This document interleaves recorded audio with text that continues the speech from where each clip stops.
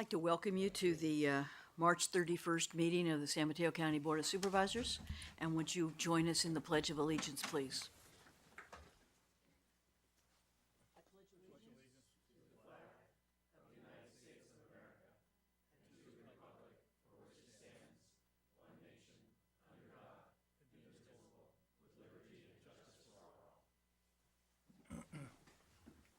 Roll call, please. Supervisor Pine. Here. Supervisor Horsley. Here. Supervisor Slocum. Here. Supervisor Tissier. Here. President Groom. Here. Thank you. This is the time for public comment for items that are not otherwise on the agenda or listed on the consent calendar. County Manager's Report. So, Mr. Fox, please.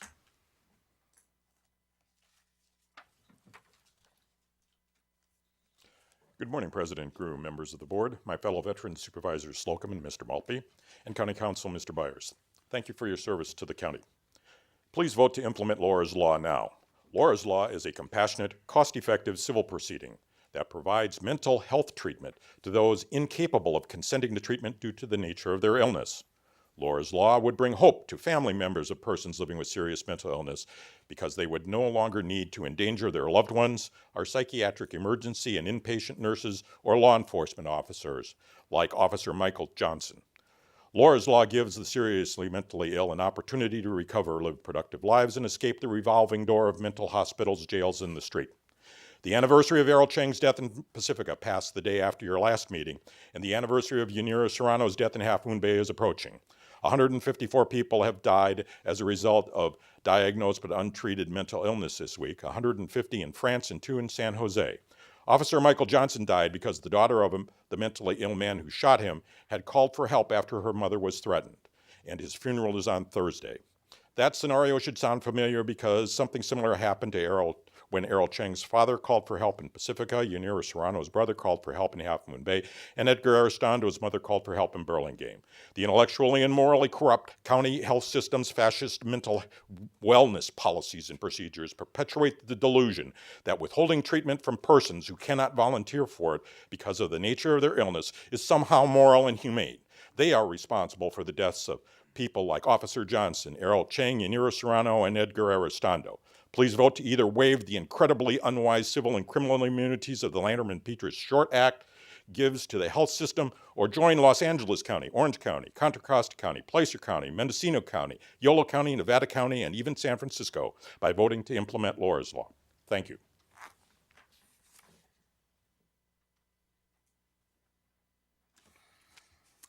Vincent Marola.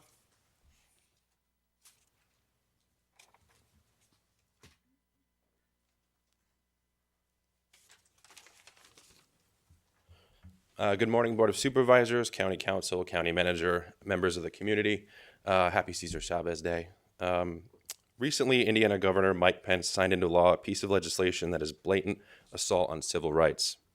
Indiana's Religious Freedom Restoration Act could allow businesses to openly discriminate and refuse service to customers based upon their sexual orientation.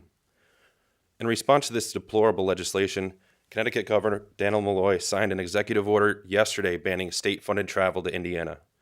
Recently, San Francisco Mayor Ed Lee, Seattle Mayor Ed Murray have passed similar measures. Many Bay Area tech companies are divesting from the state of Indiana as well. I ask that the County of San Mateo stand in solidarity with our brothers and sisters in San Francisco, Seattle, and Connecticut, and pass a similar measure banning county travel to Indiana until that state sees fit to repeal its discriminatory legislation. Thank you.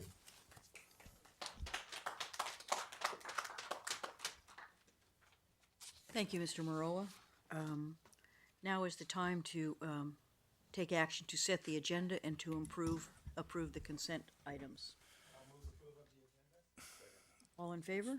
Aye. Thank you.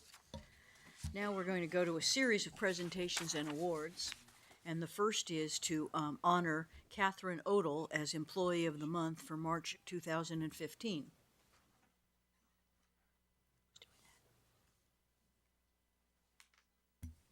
Madam President, members of the board, it's a pleasure this morning to introduce our March Employee of the Month, Catherine Odell. Catherine, would you please stand?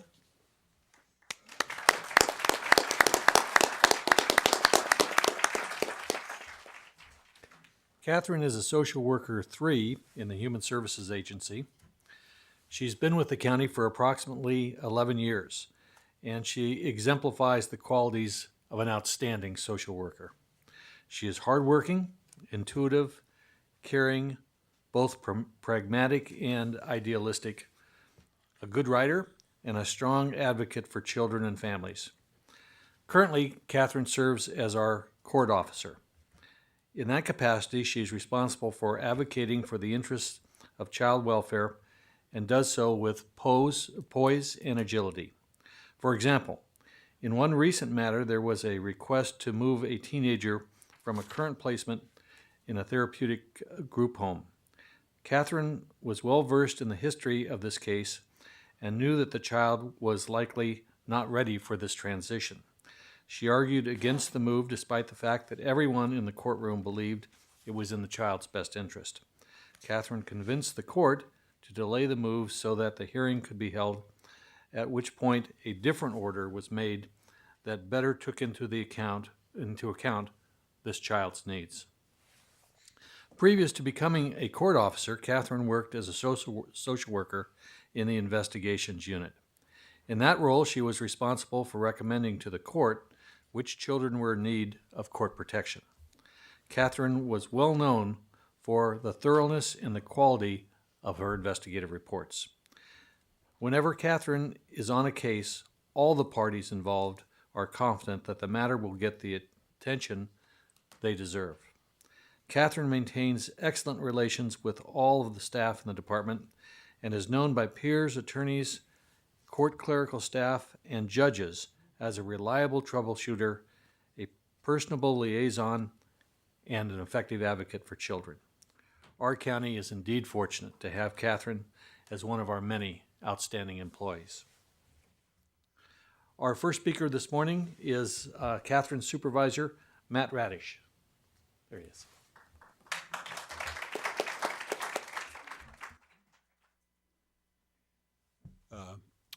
Supervisors Pine, Slocum, Tissier, Horsley, and President Groom, County Manager Maltby, County Council Byers, good morning. I'm Matt Radich, and as Mr. Maltby just said, I supervise Catherine in the court officer unit. Mr. Maltby provided a little bit of context about what the court officers do. I just want to add a little bit more background. We function as liaisons and as advocates in the majority, actually, of the child welfare dependency proceedings in juvenile court. We're the face and the representative of the department, and we function in more of a supportive role in conjunction with our county council deputies during contested hearings or trials. I should tell you that when word of this award got out to all of Catherine's colleagues and some of the other people that know her, the reaction could pretty much be summed up in one syllable. Duh. I mean, everybody, I think, has thought for some time that Catherine embodies and exemplifies all of the qualities that we would hope to see in all of our social workers. And everybody knows that she's a consummate professional. I think the other quality, though, that is wedded to that professional acumen that you may not be as aware of just because you don't get to see her and interact with her on a day-to-day basis, can probably best be exemplified by a picture that hangs in her cubicle. And I want you just for a moment to, in your mind's eye, imagine this picture.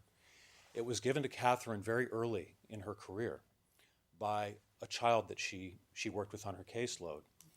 And if you can imagine a very genuinely and kind of innocently rendered picture of a tall lady in a long, long dress with close cropped hair and glasses, a little bit oversized head. We'll just leave that to the artistic license.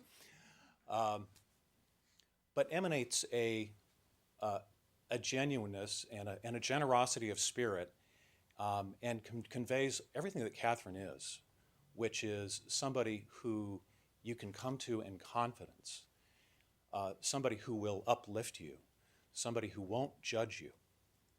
And I think what's carried through from that time, earlier in her career to right now, is that quality that so many new social workers. We have a lot of young social workers in our agency right now. And she is the default go-to person for those folks, because on a gut level, they need somebody who won't judge them, who will lift them up, and will help them to develop into the kinds of social workers that Catherine has become. So I just want to then close by saying, I think Catherine has embodied these qualities from some time. She's been deserving of this award for some time. And I want to thank you all for granting this award to her. She's more than deserving of it. Thanks very much. And with that, I'd like to have two of our county council deputies, Judith Holliver and David Silberman, address the board.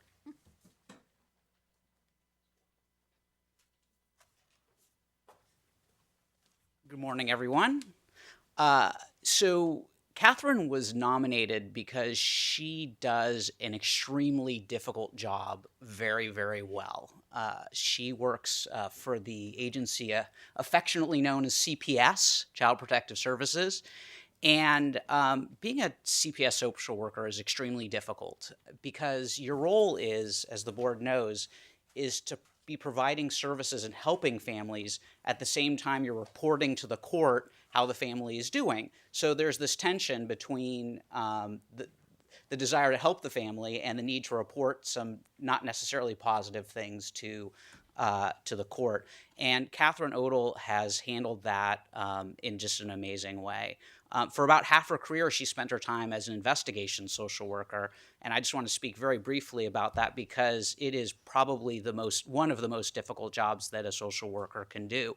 In that case, you're doing exactly what I mentioned before, which is you are trying to provide services to a family in crisis, but at the same time, you're actually trying to investigate whether or not their children are abused and report to the court whether the children are abused. And that tension is it's incredible. I mean, you're trying to help the family at the same time the family knows that there's a reasonable possibility that you're going to be recommending to the court that it find that their child is abused. And so the family both wants the help but doesn't want the social worker to provide it because the social worker is seen both as a friend and an enemy at the same time. And that's extremely difficult.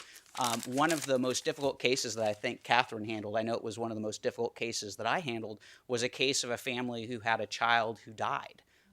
There were twins, and one of the children died, and it was under suspicious circumstances. There was a concern that the child was shaken, and there was another child, the twin, who was still alive, and the question was whether or not the court should take jurisdiction and try and protect the surviving child. And not that all families aren't nice families, but this was an extremely, extremely nice family. No one wanted to believe that they could possibly have abused their child and caused the death, and they were grieving. And so in that environment, Catherine had to investigate the case, learn about subdural hematomas and macular folds, understand the science of brain injury, provide services to the family, and deal with an extremely tense case in court. And she did it fantastically, as she does everything. I think that the reference to Ms. Odell's skill as a writer kind of emphasizes her reports. Her reports were unbelievable. They were like 70 pages long. Every single report she wrote the longest reports in social work history. And normally I wouldn't like that. I think brevity is good, but she managed in 70 pages to be brief. I don't know how that's possible. She probably should go into law. And every single word was important. Every single word the court needed to know. And so Catherine has just been an amazing resource for the county counsel's office, and we thank her for all of her extremely hard work. I never see her. She's more nervous now, I think, than I've ever seen her before. So everyone be gentle with her. And with that, I turn it over to my colleague, Judith. Good morning, members of the board. My name is Judith Holliber. I'm the lead deputy county counsel, and I represent Children and Family Services. And I'm so pleased to be here today to honor Catherine. I've had the privilege of working with her both in and out of the courtroom for the last 4 years. And Catherine really is an exceptional public servant. She's dedicated and extremely conscientious. She's very dependable. We always know we can count on her to have the information we need and to get it right. She's knowledgeable. She's always professional. and she always conducts herself with the highest integrity, which isn't always easy to do in some of the situations that we find ourselves. She gives her best to the department and really to some of the most vulnerable residents of our county. So I feel privileged and I'm honored to be able to speak here and celebrate Catherine and her special day. Thank you.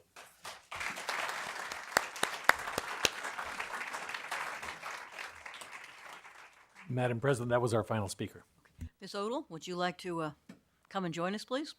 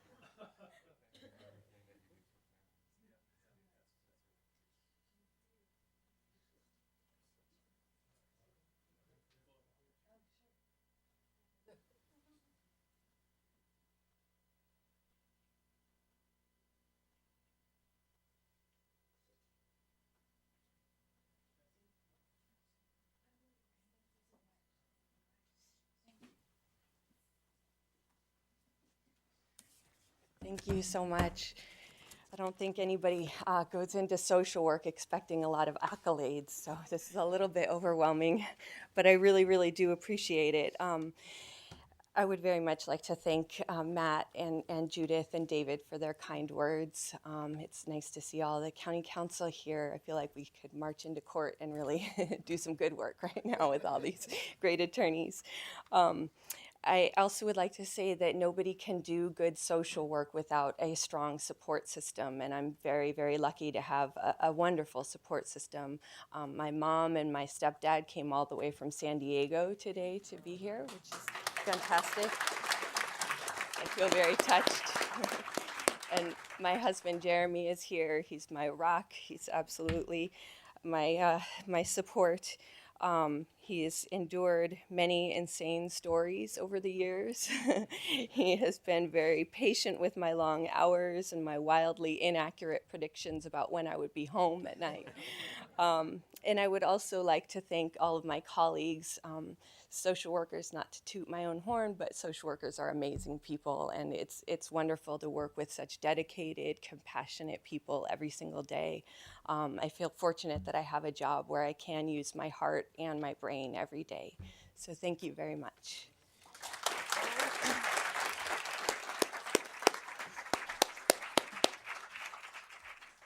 Congratulations, and I think once again our employee of the month speaks volumes about the high quality of work that's done in San Mateo County. Now we'll go to Supervisor Tissier, item number 2, the California Highway Patrol Senior Volunteers. Thank you, Madam President. When I joined the board 10 years ago, I was approached by the commander of the Redwood City Highway Patrol. Her name was Bridget Lott, and she had begun with some volunteers a program around older driver traffic safety. And she approached me because they really wanted to get it off the ground. They wanted to be able to do it up and down the county. And they weren't really getting the support from the state that they needed. So she asked if there's some way that I could help her. So we collaborated, we talked about it. We said we'd help them get their supplies ready. We'd help them, have a lunch for the seniors, sort of a little incentive for them to come to the course. And we got the support of Mills Peninsula Hospital, Seton Medical Center. They were all very supportive of helping us get these classes off the ground. So since we started this 10 years ago, there's been thousands of seniors that have actually taken this workshop throughout the county. Almost every meeting I announce the workshops, and it's always a time to recap what we're really doing in those workshops, and that's really a refresher course for seniors on the rules of the road. If you think about it, many of us haven't even opened a DMV handbook since we were 16 years old, and this course is really a wonderful opportunity to go over the rules of the road with a focus on some of the challenges that seniors face as they're driving. The good news about this workshop is it's put on by seniors, so it's a peer-to-peer type course. our regional office here of the Highway Patrol actually wrote the handbook on the older drivers traffic safety seminar. And a few years ago, the state actually adopted this course, and it's being taught by other volunteers in other counties throughout the state.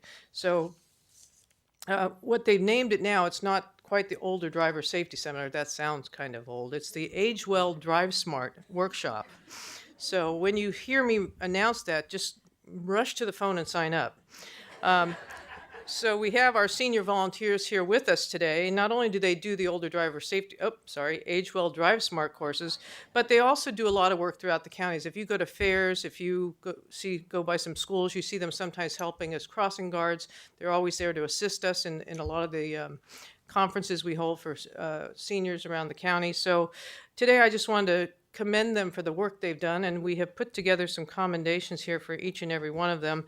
And I was going to ask my colleague Dawn if you'll join me over there. Maybe you can help me pass these out and announce the individuals that are here with us today, and say thank you to all of you for the great work that you do.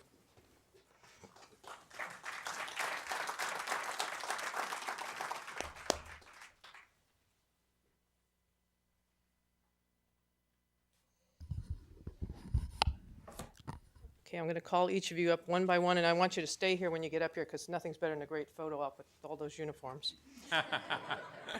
Robert Bertram.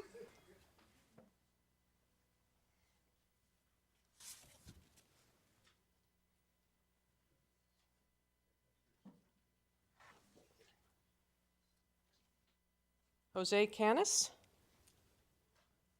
Forgive me if I mispronounce any names.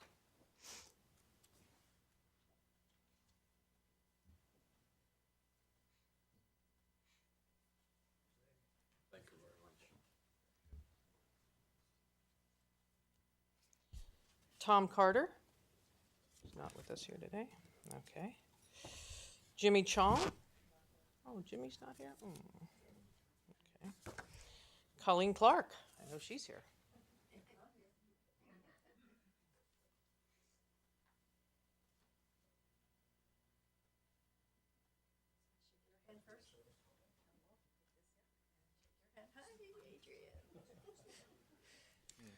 Okay. Robbie Bastiani. Ooh, not here with us today. Okay. Gary Fistrom.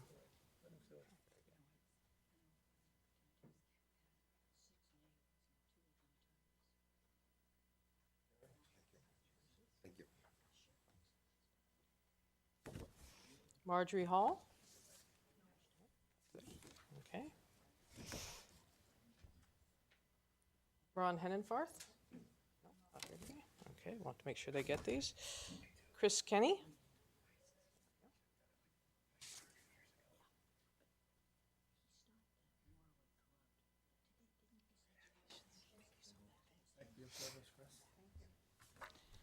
Edna Leonard, I know she's here.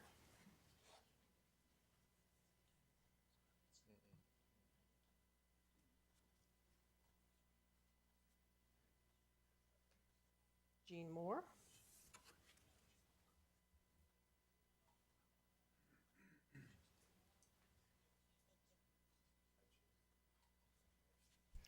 Chuck Peterson. Okay. Herman Reese. There we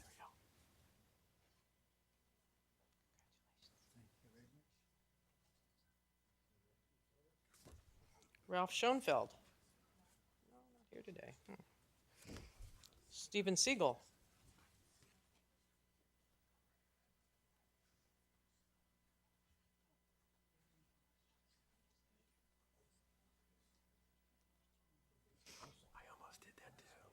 I know he's here. Frank Schisler.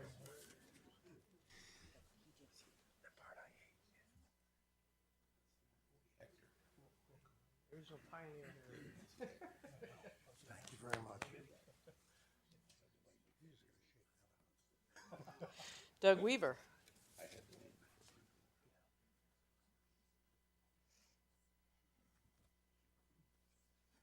Olden Williams. He's not there.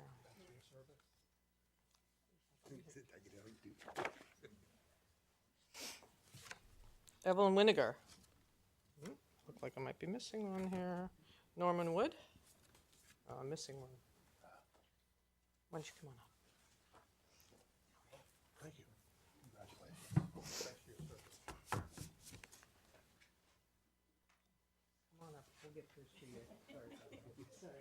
It's okay. It's always one. Okay, why don't we crown it and Commander, come on up, Mike. In the back, short in the front. Yep, exactly.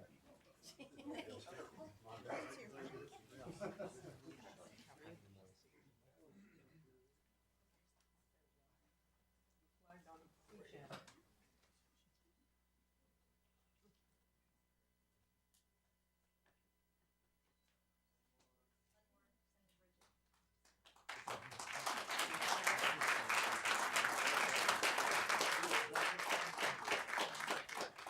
Commander Mike's going to say a few words.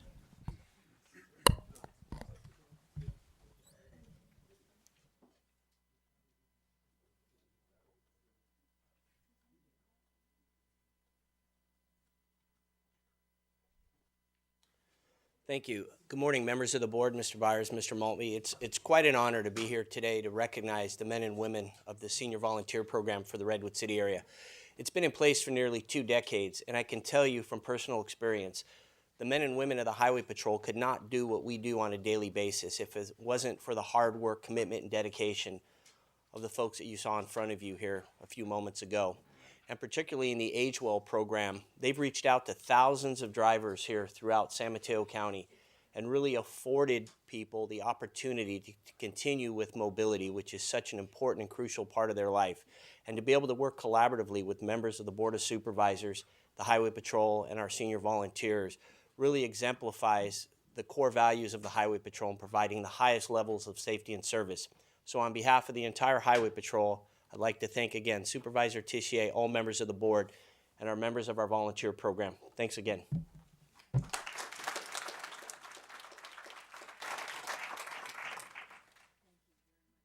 Thank you for all of your work, along with the senior volunteers. Item number 3 is a presentation of a proclamation designating March 31st as International Transgender Day of Visibility. Supervisor Pine? Thank you, President Groom. I'd like to begin by moving to support the resolution to proclaim today as International Transgender Day of Visibility. Second. All in favor? Aye. Thank you. So International Transgender Day of Visibility began in 2009 and is observed on March 31st of each year. The purpose of the Transgender Day of Visibility is to honor transgender people, raise awareness about discrimination faced by the transgender community, and recognize the courage, strength, and resiliency of transgender people. You know, sometimes I'm asked, does passing resolutions of this sort or naming a day, a special day in honor of an issue or cause or group of people, does it matter? And I think it really matters a lot, particularly in this case. By passing these sort of resolutions, we're expressing our values. And in other parts of the country, as we heard earlier today, people have very different values. Many states, and most recently Indiana, are considering so-called Religious Freedom Act laws, which are basically a mechanism to discriminate against the LGBT community. We in San Mateo County unequivocally reject such discrimination. We welcome the LGBT community in our county, and we take great pride today proclaiming today as the International Transgender Day of Visibility. So I would ask Stevie Jolie Stallmeyer to join me, and I'll present the proclamation. And there may be other members of the LGBTQ Commission here today that may want to join us. And we're thrilled that you're here.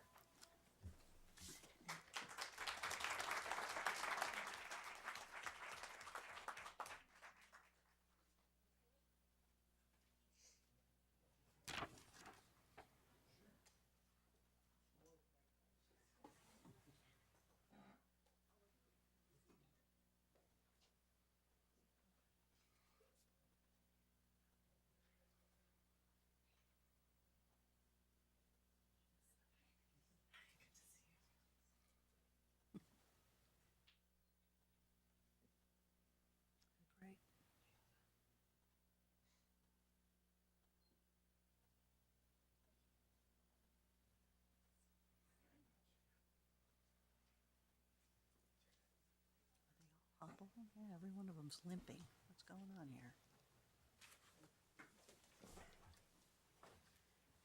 Dave, when Stevie's finished, we got a speaker card. Thank you, Supervisor Pine, you distinguished members of the Board of Supervisors, President Groom, Mr. Maltby, Mr. Byers.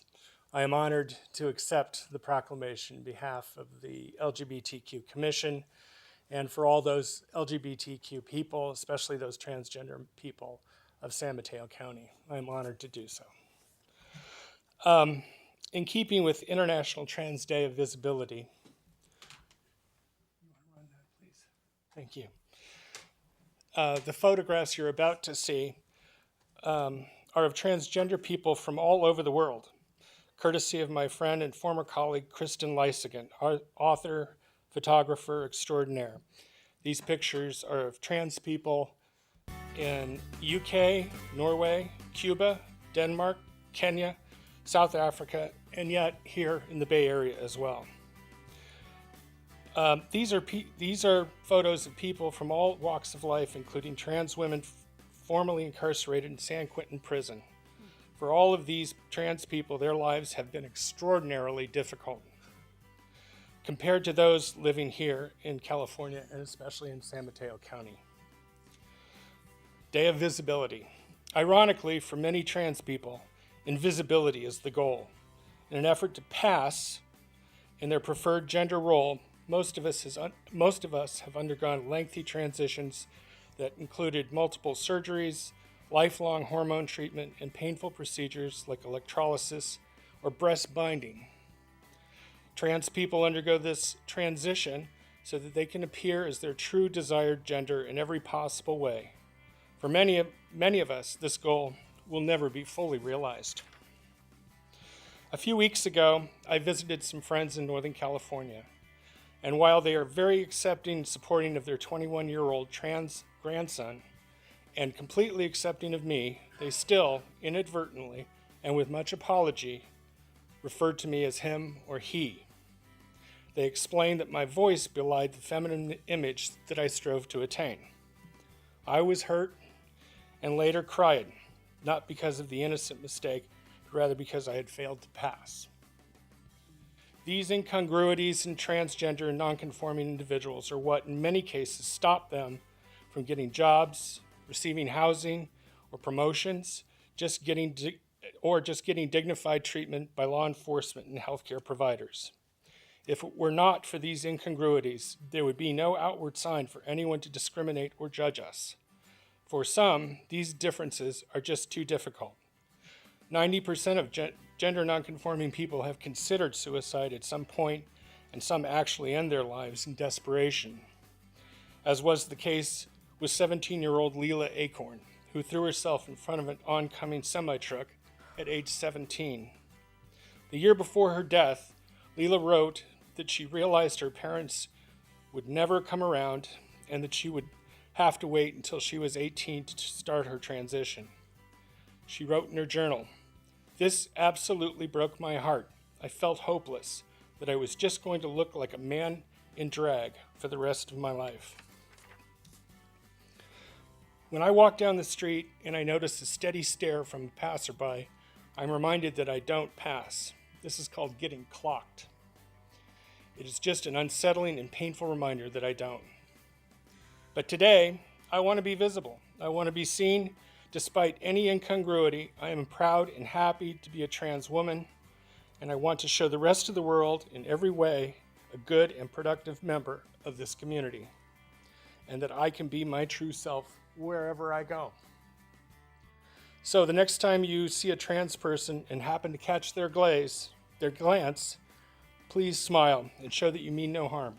Your kindness will assure them, as it does me, that visibility is a good thing and not something to be avoided. Again, my thanks to the Board of Supervisors for this honor. I appreciate it immensely. And to all those folks that were here today to help support us. Thank you.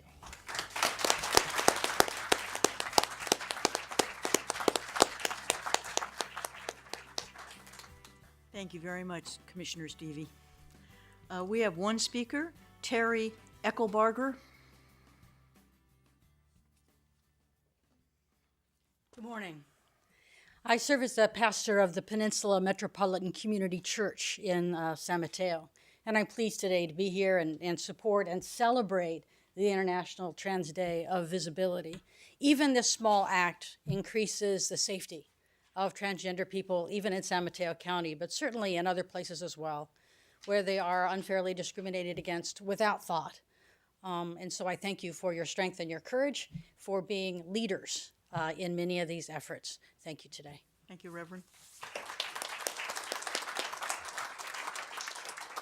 Dave, do you want to announce the rest of the day's activities? Thank you, Supervisor Groom. The LGBTQ Commission has put together a number of activities today. There will be a Transgender 101 workshop at 2 p.m. And later in the day, there will be a workshop on celebrating trans leaders overcoming adversity. Reception begins at 5, and the event begins at 6 at the San Mateo County Credit Union. And I really appreciate the work of the LGBTQ Commission to pull this all together. Thank you very much. Our next item is a presentation of proclamation designating the month 2015 as American Red Cross Month. I'd like to make just a couple of comments before I introduce a representative from the American Red Cross. In the past year, 2,000 volunteers of the American Red Cross Bay Area chapter have helped more than 900 families with temporary housing, clothing, food, and emotional support during 433 local disasters. Additionally, they've provided emergency communications, counseling, and assistance to 1,500 local military families. I'd like to recognize the service that the American Red Cross Bay Area chapter provided during the recent floods that we had in San Mateo County last December. Over 100 volunteers responded to support the flood victims with food, clothing, and medicine. We're very grateful for the work that's being done by the American Red Cross. We have provided the Red Cross chapter with 100 certificates of commendation, thanking them, and they will be given out at the annual Red Cross meeting, which is later in the year. So they supported all the efforts that San Mateo County employees did to solve that flooding problem and get everybody back in their homes just as quickly as possible. So I'd like to introduce Go Funai now from the American Red Cross. I forgot to do this again. I'll move approval of the proclamation. All in favor? Aye.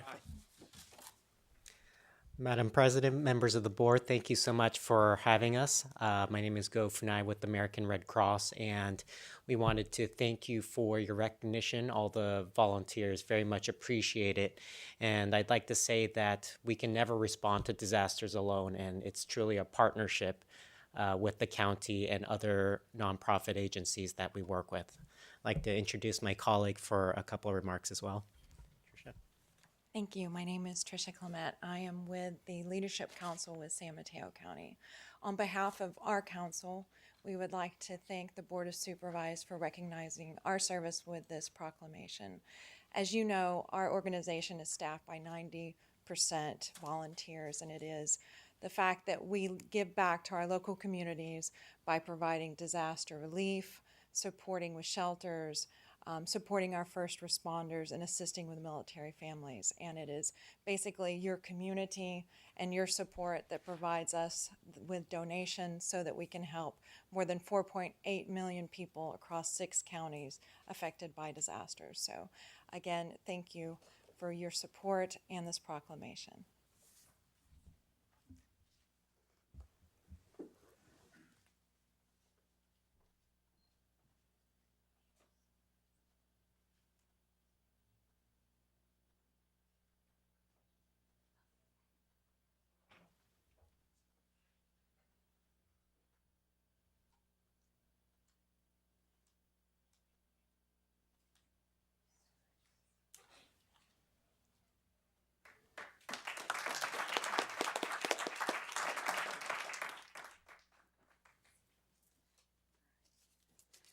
And now we have the sad duty of presentation of a resolution honoring Wendy Goldberg upon her retirement as manager of the Center on Homelessness from the Human Services Agency. And so I would move that we adopt this resolution. Second. All in favor? Aye. Okay. Wendy? Wendy has been for 14 years in the Human Services Agency, helping to solve the problem of homelessness in this county. And we all think that there's probably nothing that she can't do. When we call her at 4 p.m, she finds a place for someone that night. When we call her at 8 o'clock in the morning, she finds a place for somebody by lunchtime. And she has been able to achieve an extraordinary amount of grants for this county so that we can continue to serve the homelessness in a very dignified and respectful manner. And so I would like to thank Wendy for everything she has done, and I think my colleagues probably want to add to that. Thank you, Supervisor Groom. Just want to add that the other day when we had a little celebration, I said that I feel like I've known you all my life. The fact is that ever since I've been on the Board of Supervisors, you've been part of committees that I've served on. And you've been, a wealth of information and inspiration that I think has really inspired me to be much more involved in a homeless problem than I might have been initially. So I've gone on all the homeless counts, and I really enjoyed working with you. And I think, I really think that we've made terrific strides in this county in taking care of homeless. For example, we don't have any families who are sleeping on the street. They're all sheltered. I think it's really because of the dedication of people like you, and because of the fact that you essentially were the homeless person that we all went to. So I'm really going to miss your service, and I wish you the best in retirement. I too want to thank you for your great service. Many, many years ago, we started Shelter Network here in the county, and it was the first step for, I think, a lot of people to recognize the homeless in our community. And it's great to have someone of service here at the county that really recognize we're trying to end homeless. We're not, we don't want to talk about it. We want it to be done. And we thank you for your efforts to getting us closer and closer to that. So thank you. I want to thank first of all, Supervisor Horsley, who I think was president when I was first elected, and one of my first committee assignments, I think that then President Horsley gave to me was the Committee on Homelessness. And I'll always remember, I'll never forget that first year at the homeless count, going out into various parts of Redwood City, especially over here under the bridges and along the freeway, and just seeing how people were living. And so I always considered my work on the Hope Committee to be inspirational and truly of value. And I'm especially appreciative of the fact that we began to include in the count those folks living in broken down RVs or vans or cars. And I appreciate the fact that you took that upon yourself to do. And I'm sure that in your retirement you won't miss those 2-hour committee meetings. But just realize that, that work was recognized, valued, and exceptionally important. So thank you for everything that you have done here in San Mateo. And I too want to thank you, Wendy, for your terrific efforts. Your compassion for the people who need it most is inspiring to all of us. And I think it's certainly appropriate, and that we have you as you depart, we've had a really sharp drop in the number of homeless people in San Mateo County, and that's very much a reflection of your good work. So thank you.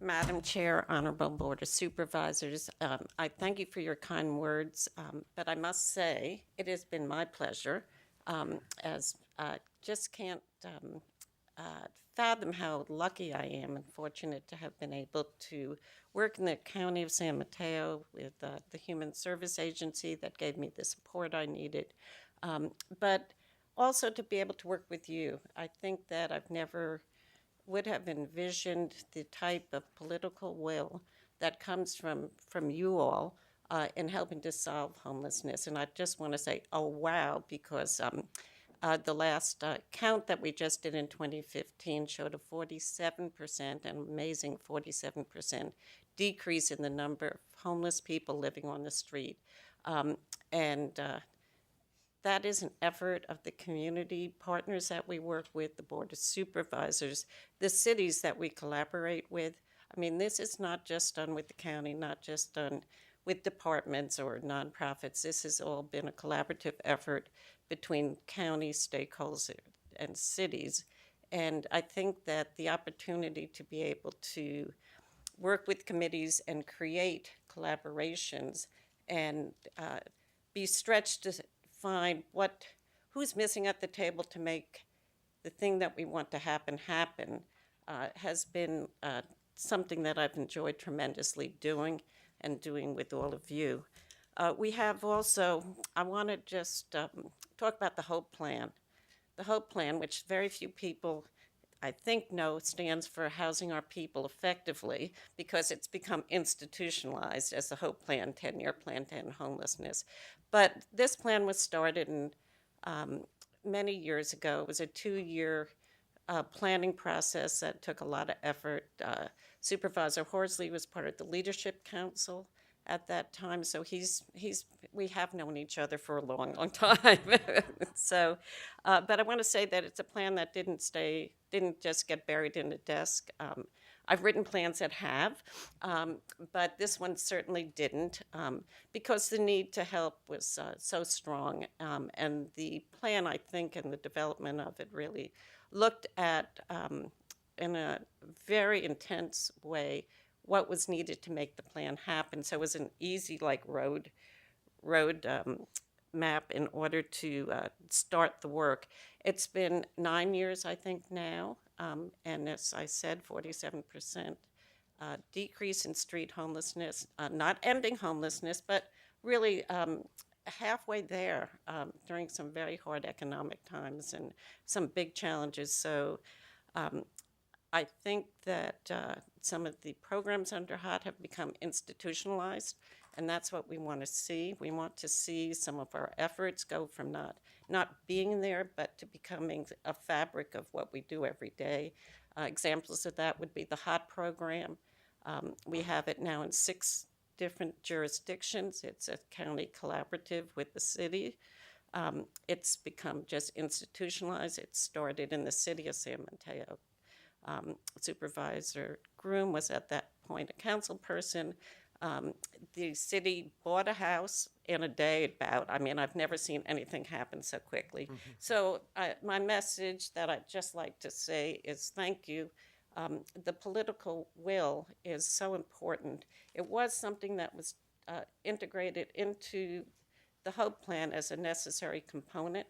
And my God, I got to see it work. So I wanted to thank you for all your support. I'd like you to enjoy going forward and finishing the different businesses we have to help end homelessness. And it honestly has just been such a pleasure. Thank you so much.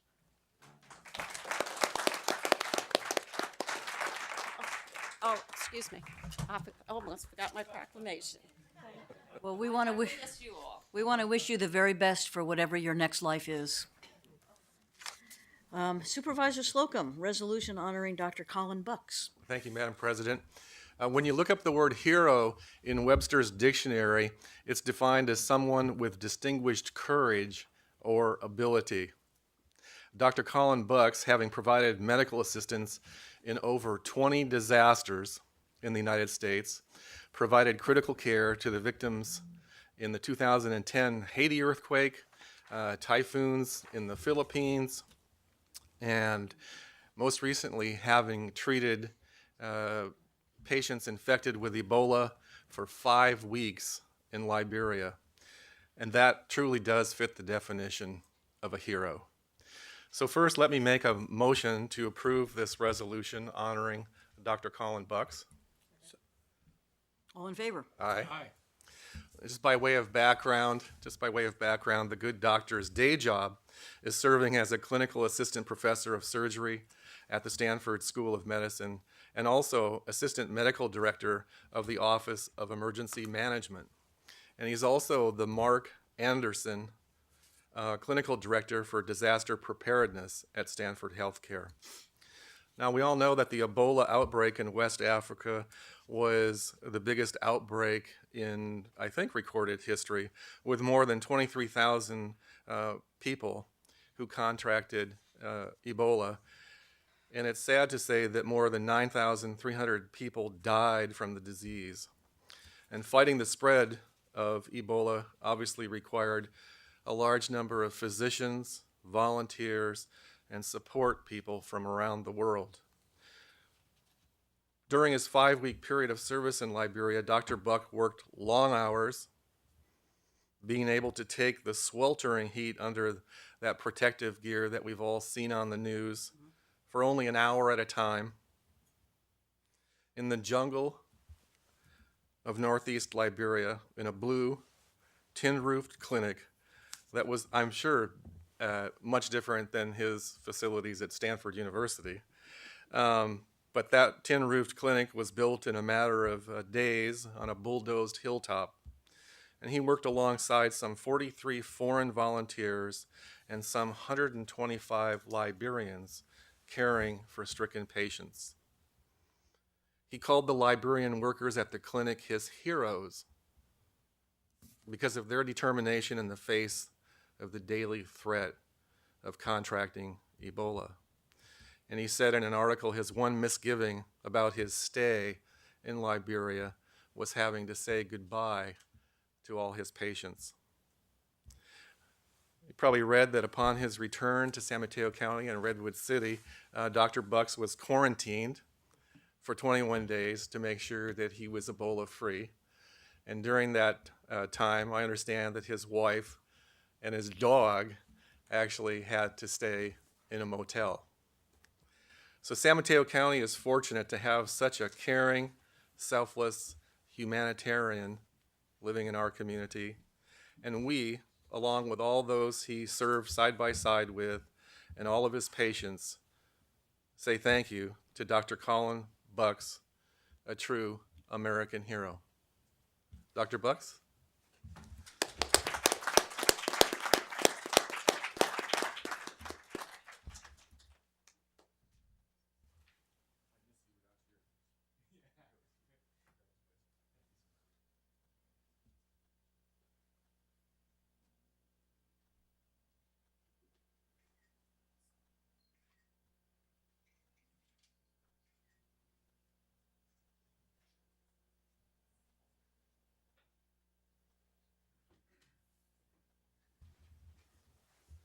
Thank you so much to the board.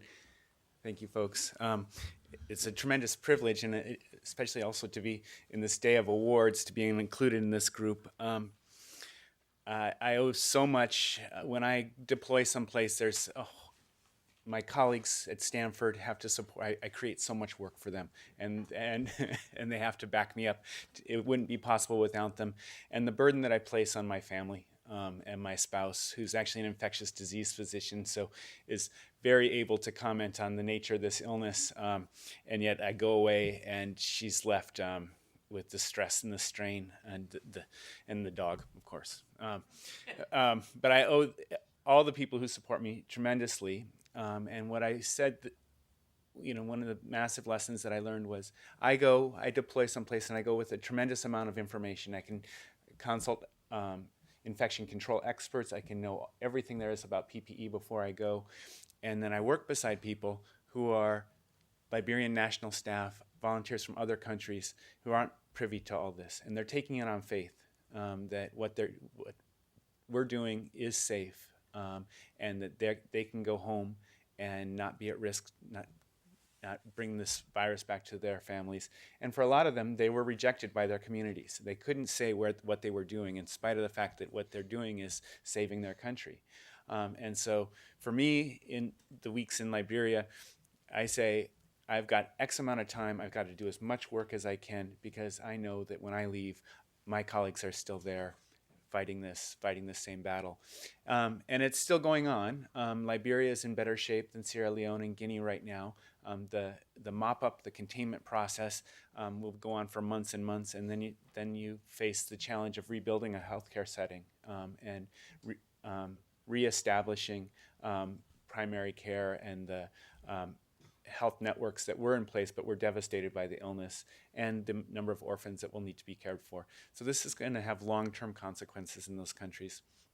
For us in the U.S., I think that this has been a good test. I'm glad that we've seen less than 20 cases total, but it's been a staunch test of our laboratory services, our health surveillance networks, and individual preparedness hospital by hospital. And I think that's a worthy test, and I think that there's lessons that we'll take away from this that will be valuable and make us a stronger nation in the future.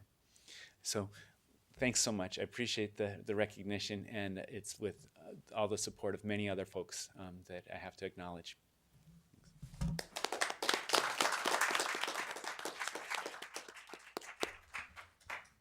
Thank you, Supervisor Slocum. Thank you, Dr. Bucks. Our last presentation of the day is the Women's View 2015 Art Show. This marks the 11th annual year of showing women's art commemorating Women's History Month. This year's Women's View 2015 Art Show is being exhibited in the Caldwell Gallery in the Hall of Justice from March the 3rd until April 29th. It's a juried show that is open to all women artists who live or work in San Mateo County. And I really encourage those of you who haven't seen it yet to take a walk through the hallway. It's beautiful work, very creative, some very experimental, some very kind of old-fashioned, but it's really good stuff, and I think you'll enjoy it. It's a juried show, and so each year 3 pieces are chosen to receive an award of $100, and 3 pieces are selected as honorable mentions. So today, we're going to recognize those who are been honored and selected with commendations. Before I do that, I want to thank the Chair of the Arts Commission, Robin Rodericks, who is here today, for all of the very hard work that she does, and also Judith Tomlisoff, who works in my office and helps coordinate a lot of the activities of the Arts Commission. And they have, when you see that show and you just see the work that the women in this community do, I think you'll really understand why this county is so supportive of the arts. So with that, let me introduce let me mention that Carol Aaron and Edna Acree are the 2 of the winners, and Linda Barsati, who is with us today, is also one of the winners. We have honorable award mentions to Julie Buckman, who is here, and Elsie Donahue and Cheryl Strong, who could not be with us today, but we have awards for all of them.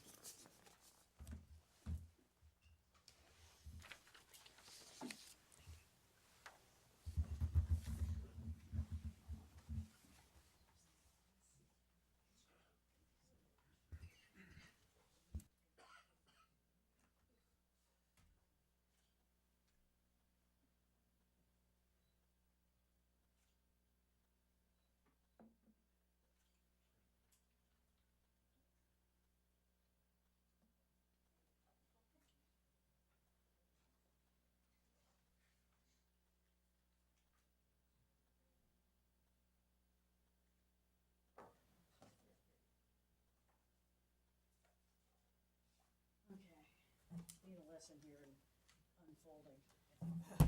There you go. Thank you so much.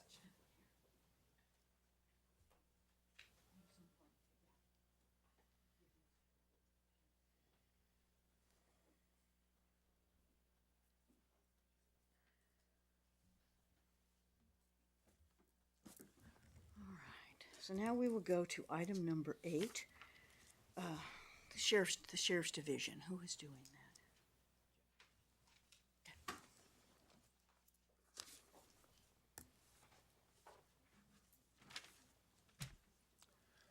Good morning, President Groom, Honorable Board of Supervisors, Mr. Maltby, Mr. Byers.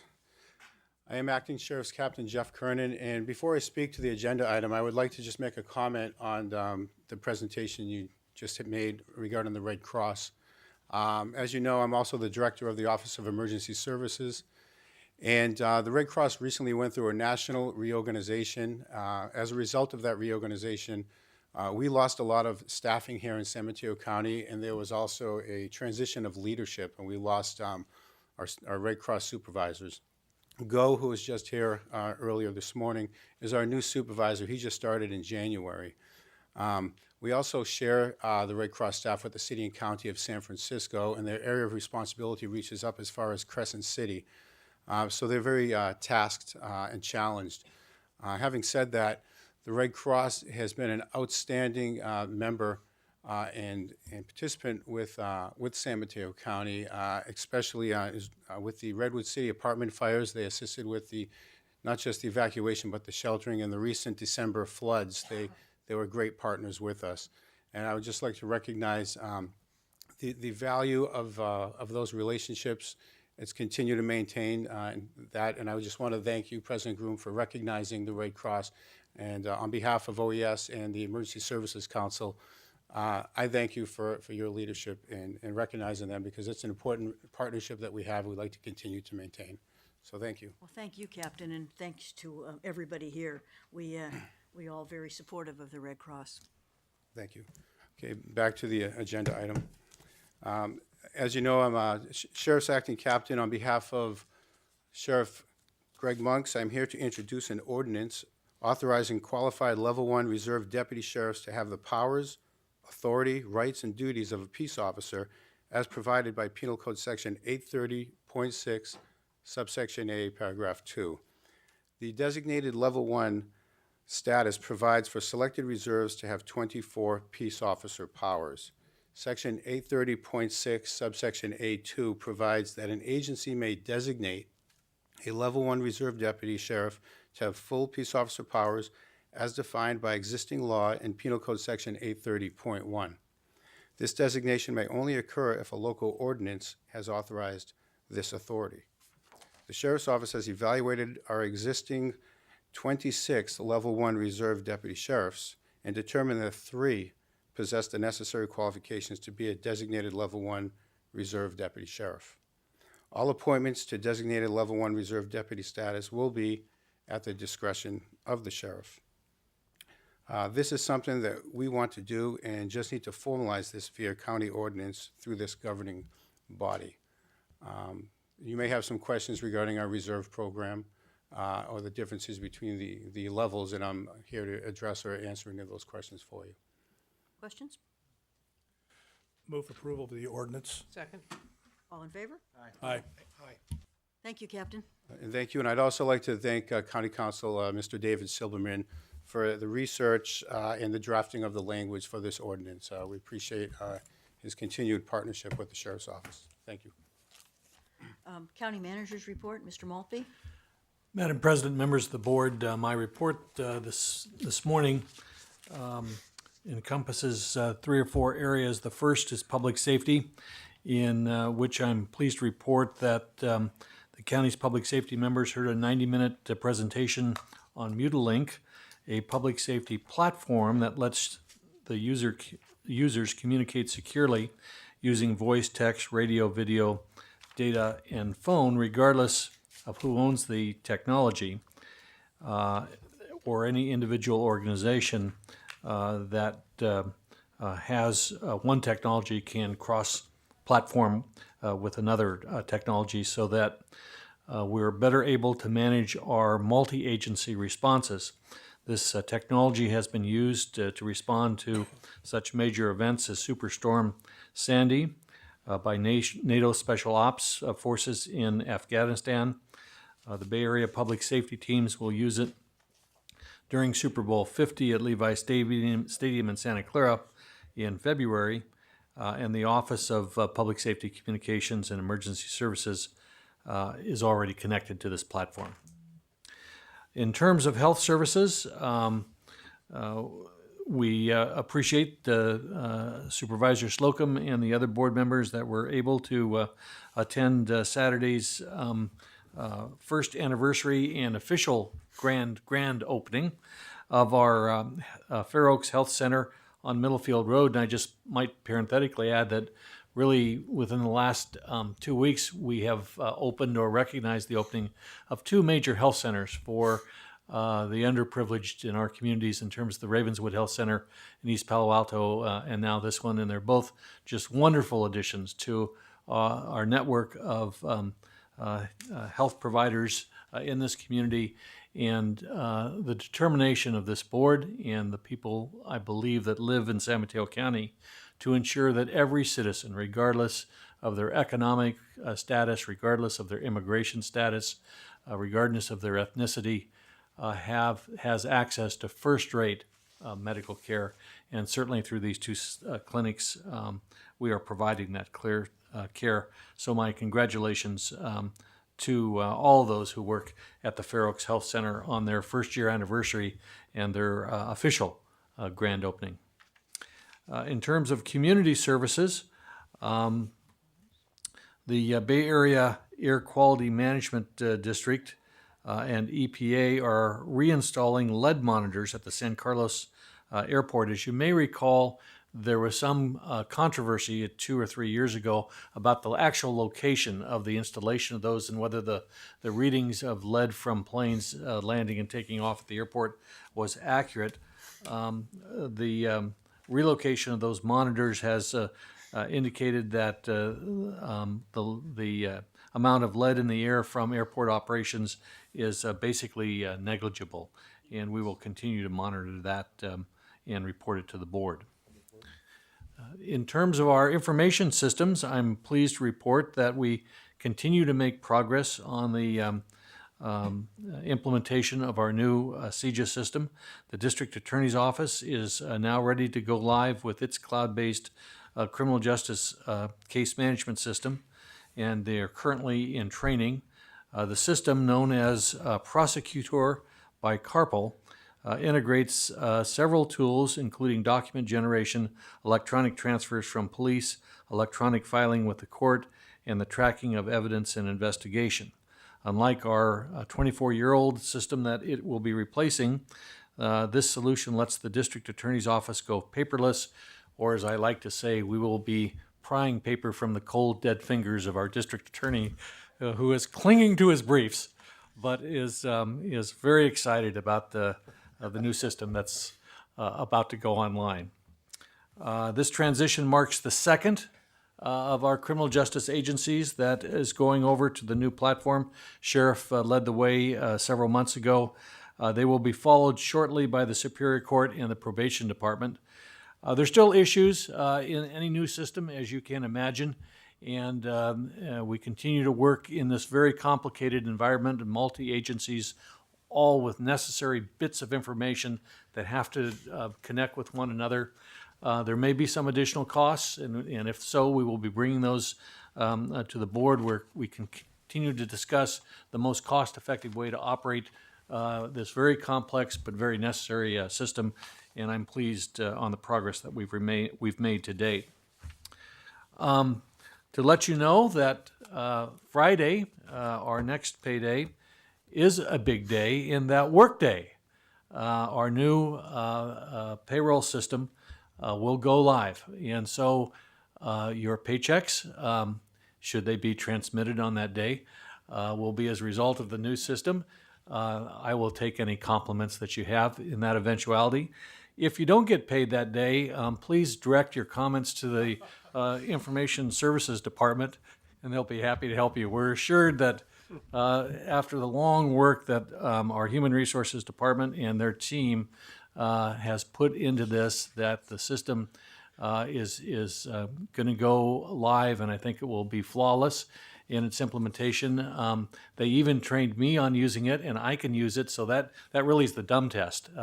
Once we get down to this level, if I could successfully use it, and I could tell the board that it is a very simple system to use. There's lots of information, not only about your individual pay, but also about information relating in general to county phone directories and emails and other things that I think you'll find very useful. It's icon driven, and so if you haven't already had the opportunity to have a 15 or 20 minute training session on it, please avail yourself of that, because I think you'll find this is a very useful tool in general. And my congratulations to everyone involved in bringing this day to fruition. Finally, just to mark on your calendars that June 6th will be our annual Disaster Preparedness Day. It coincides with the opening day of the fair, as it has for several years. Supervisor Tissier and the Office of Emergency Services spearhead this event every year, which include live demonstrations, first aid, police and fire emergency services, and attendees will learn how to put together a disaster plan and emergency kit. My favorite actually are the police and fire dogs that find victims. I think that's really cool. They actually hid me in a jar or something last time and found me. So that's great fun, but it's also a lot of very good information that certainly living in this area, we need to continually be reminded of the importance of being prepared for emergencies, because we're subject to our fair share of them, and we'll need to continue to practice all those skills. So that will be on June 6th. That concludes my report, Madam President, and if the board has any questions or comments, I'll be pleased to respond to them. Questions, comments? Supervisor Slocum? Yep, thank you. As Mr. Maltby said, we celebrated the 1-year anniversary of the Fair Oaks Clinic. President Groom and I were joined by both of our congressional representatives, Anna Eshoo and Jackie Spear. And I thought, as President Groom did, that with that the old clinic having come down and the landscaping and the parking that was added, it really is a magnificent facility. So congratulations to everybody that had a hand at making that a reality. Also, you mentioned the Ravenswood Family Health Center ribbon cutting and grand opening. When I was driving to that event on Saturday, I thought, well, maybe there'll be 100 people there and it'll be fun and we'll get to tour the facility. But it turned out that there were many, many, many hundreds of people there. And there was dancing, there was music, there were food booths, there was craft things going on. And it was quite a party.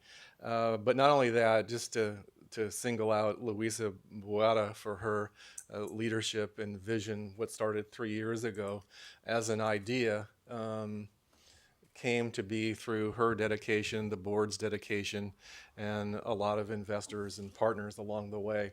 And if you haven't had a chance to go there and tour, I really recommend that you do.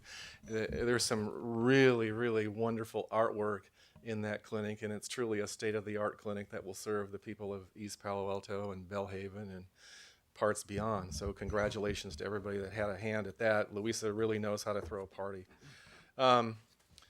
On the poetry front, our poet laureate, Carolyn Goodwin, April is National Poetry Month, and her tagline for April is "Poetry is Heritage."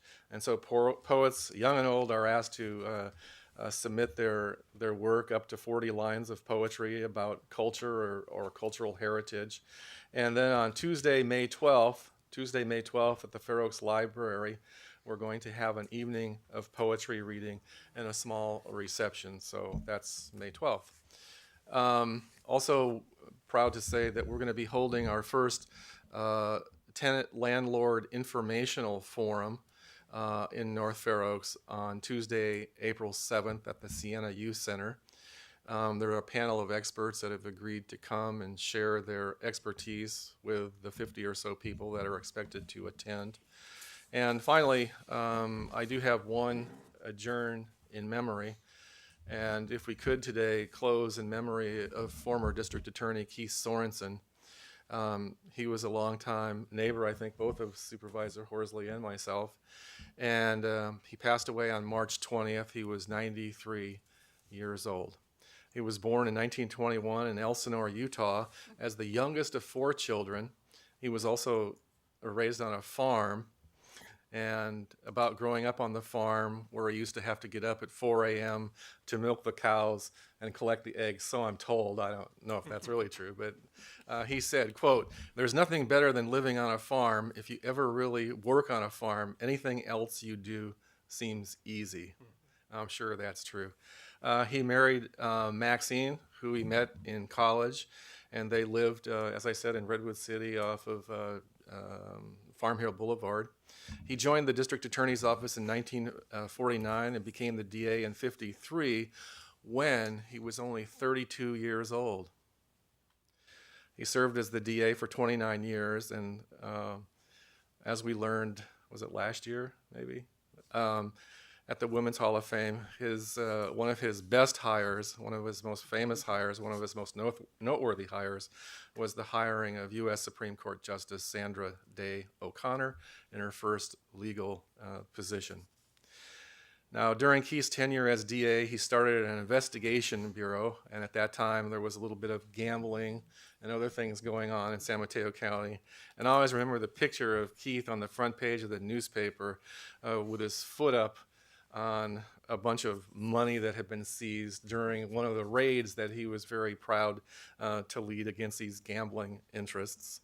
And finally, in 1972, he helped found the local chapter of the 100 Club, which, as you know, supports the families of slain police officers through financial assistance and scholarships. He served a 7-term career as the DA, but also you remember that during those years, the county counsel's office was also part of the district attorney's office. So not only was he district attorney, but he was county counsel, excuse me. So to his family and all of his relatives, we adjourn today in memory of Keith. And I'll always remember him as a very gentle, kind district attorney. Thank you, Supervisor Slocum. Supervisor Pine? No report. Supervisor Horsley? A couple of term members, just make a quick comment on Keith's story. One of the 100 Club, I go to their luncheons. Oftentimes, he would come with Jim Fox. They told a story about this county did have a lot of gambling at one time in the 1950s. He was really a reform candidate, as was Earl Whitmore. But he told a story about a gambling raid that they made. It actually probably in Colma, because it was two places that gambling occurred most often were Colma and East Palo Alto. In any case, they gave him a gun, and he's really never been, like he said, he'd never fired that particular gun, and it wasn't his. In any case, he stuck in his waistband, and they ran into this place. He jumped up on a table, pulled his gun out, and waved it at the ceiling and said, "You're all under arrest." Great story. In any case, he was a crusading guy. He's also a great tennis player. You used to see him all the time at the tennis courts in Redwood City, close by where Warren and I both live. The other is the Honorable Thomas M. Jenkins. He was in 94 when he died, surrounded by his family. He's born in southern Illinois, moved to Chicago, attended Chicago Teachers College where he met his wife. He then later came to San Francisco because of his service during World War II, and he ended up getting his Juris Doctorate degree from Hastings College, University of California, Berkeley. Then he moved to San Carlos, where he served on the city council, and he served as a mayor for a number of times. His law firm was Schofield, Hanson Bridges, Marcus, and Jenkins. And I think we all know Hanson Bridges. He actually is one of the founders of that law firm. Particularly proud of his work on as an attorney for the Golden Gate Bridge Authority, and he helped create the ferry system. There's all kinds of honors that he served on. He was a former member of the board of California Center for Judicial Education, former member of the executive board, California Judges Association, and et cetera. And he's also was board of directors of the Northern California Presbyterian Homes. He serves as a judge with San Mateo County Superior Court from 1976 to 1990, and he was the presiding judge, according to this, in 1980. But that's not exactly how I remember him. I was a sergeant and a later lieutenant, and one of my jobs was supervising the transportation, later do some planning and extraditions, and he was always the go-to guy. He was always available, did pretty much anything we wanted in the sheriff's department. We had a lot of problems with overcrowding at the time, and we'd go down and say, Judge, we have too many people in our jail. Could we do some early releases? And he would give us authority to do early releases. He also took our side versus the CMO's office at the time. So I know he wasn't always popular with the county manager's office, but he was My predecessor. But Dave Nichols was your predecessor. He wasn't. Yeah, he could be quite combative. He was a real force, and he, even if he wasn't the presiding judge, somehow he managed to convince other judges to do exactly what he wanted. In any case, he was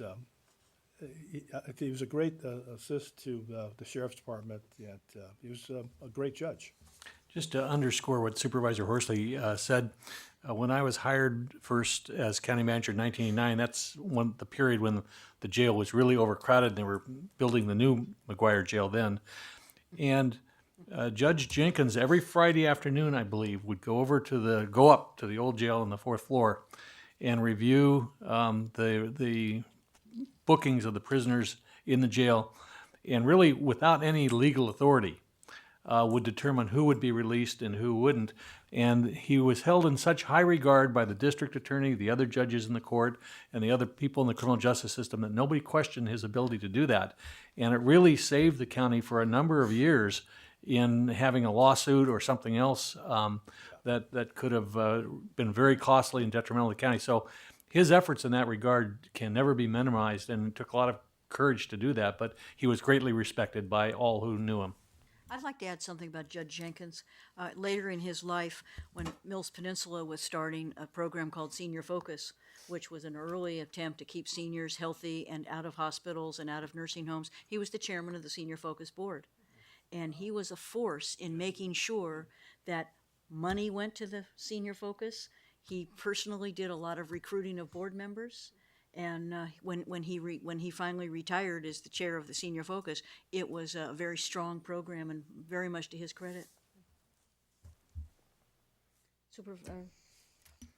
Mr. Horsley, you done? I'm done. Okay. Thank you. Supervisor Tessier.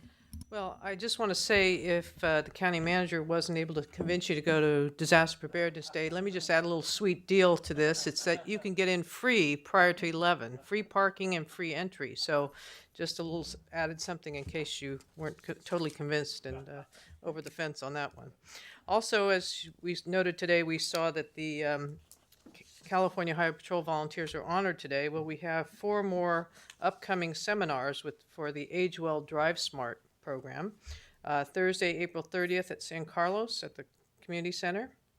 Thursday, May 14th in Pacifica at the Pacifica Senior Center.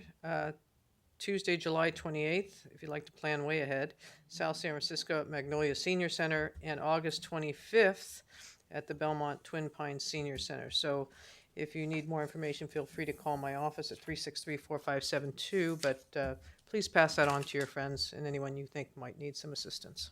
Thank you. All right, thank you. We are going to move to a closed session, and we'll report out when we are finished.